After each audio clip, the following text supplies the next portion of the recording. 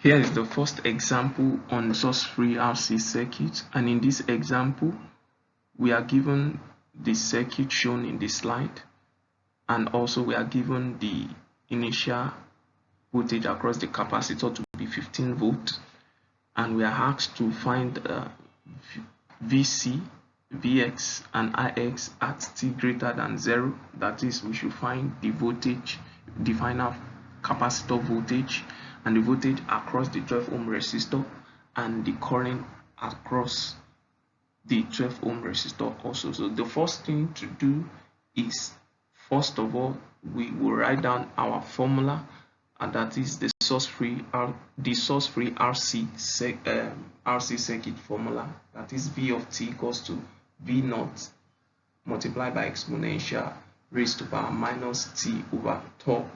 Then we will find our tau. We've been given our V naught to be 15 volt. Then we'll find our tau by calculating the equivalent resistor, then multiply it with the value of the capacitor on the capacitor, that is the capacitance of the capacitor.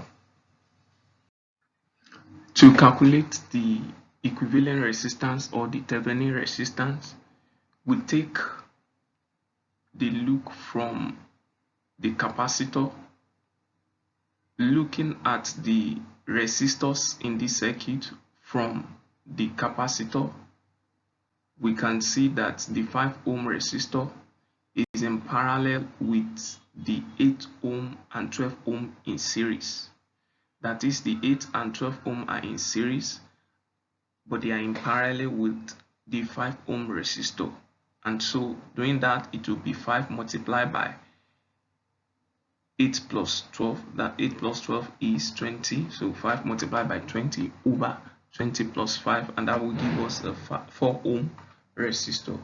Now substituting that into our time constant formula, we have our Thevenin resistance or equivalent resistance multiplied by the capacitance of the capacitor. That will give us 0.4 seconds, and our V of t formula will be V naught multiplied by exponential raised to power minus t over tau.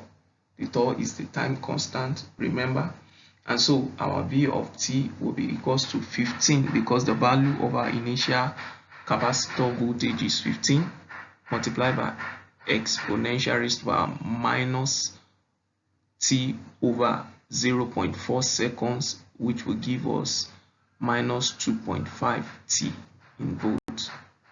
So our final capacitor voltage is 15 e raised to power minus 2.5 t.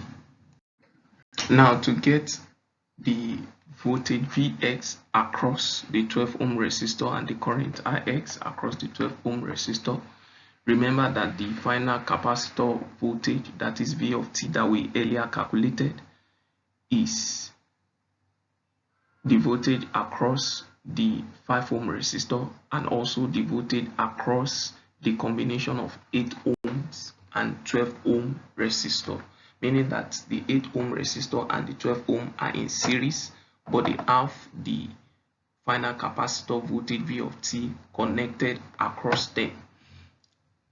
That means we can use the voltage divider principle to calculate the voltage across our 12 ohm resistor to know the voltage drop Vx across the 12 ohm resistor. And according to the voltage divider principle, we have our 12 over 12 plus 8 multiplied by the total voltage flowing in the circuit, which is V of t here, and that gives us 12 over 20 multiplied by 15 multiplied by e raised to power minus 2.5 t, and that will eventually give us 9 e raised to power minus 2.5 t in volts. Now also note that the current Ix is the current flowing through the 12 ohm resistor and also current flowing through the 8 ohm resistor, because the 8 ohm and 12 ohm resistor are in series, so the same current flows through them, but they have the different voltage drop. across them. They have different voltage drop across them, but the same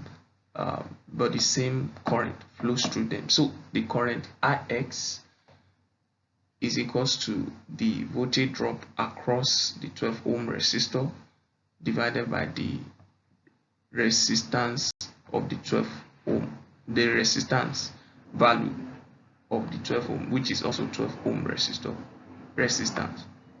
So Vx over 12, and that gives us 9 e raised to power minus 2.5 t divided by 12. That will give us 0.75 e raised to power minus 2.5 t in amps. In this second example of source-free RC circuit, the switch has been closed for a long time and it is open at t equals to 0. Find V of t for t greater than or equal to 0. Also calculate the initial energy stored in the circuit. From the circuit, we can see a source and a switch connected to the circuit. And also from our understanding of source-free RC circuit, we say source-free RC circuit occurs when the source is suddenly disconnected from the circuit, meaning that a source was initially connected to the circuit to charge up the capacitor, but it was later removed. This will help us to find our V naught, that is initial voltage of the capacitor, and that is the purpose of the source and the switch.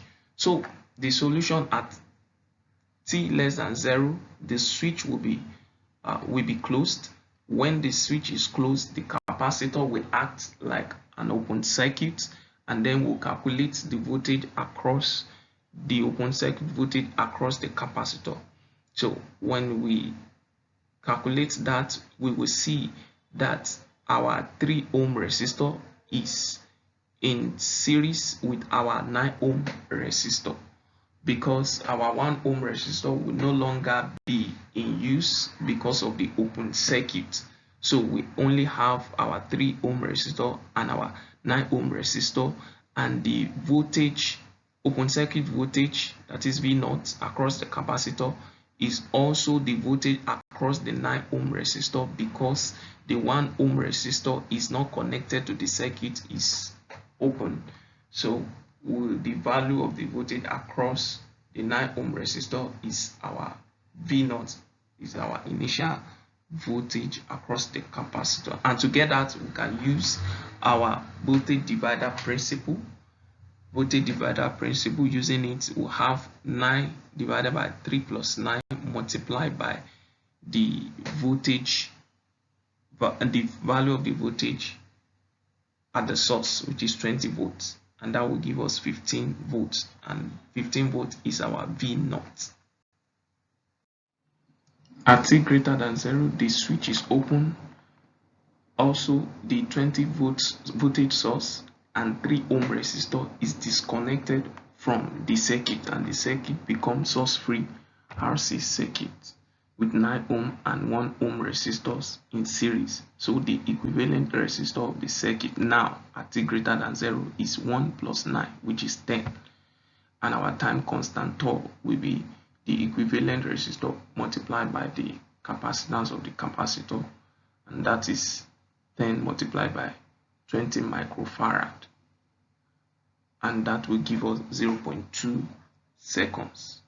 So putting these values into the final value of our capacitor, final voltage capacitor, we'll have V of t equals to V naught e raised to power minus t over tau.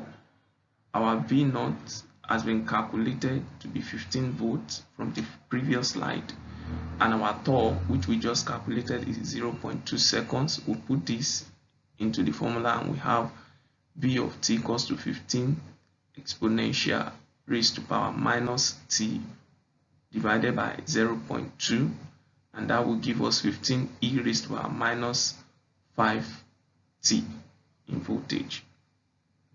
Now the energy stored, the initial, we are asked to calculate the initial energy stored in the capacitor. We use the formula energy stored equals to half CV square, So we use the value of the initial value of the voltage for the capacitor, and that will give us half multiplied by C. Our C is 20 microfarad, that is 20 times 10 raised to the minus 3, multiplied by our V naught is 15, so 15 square. That will give us 2.25 joules, and that is our answer for the initial energy stored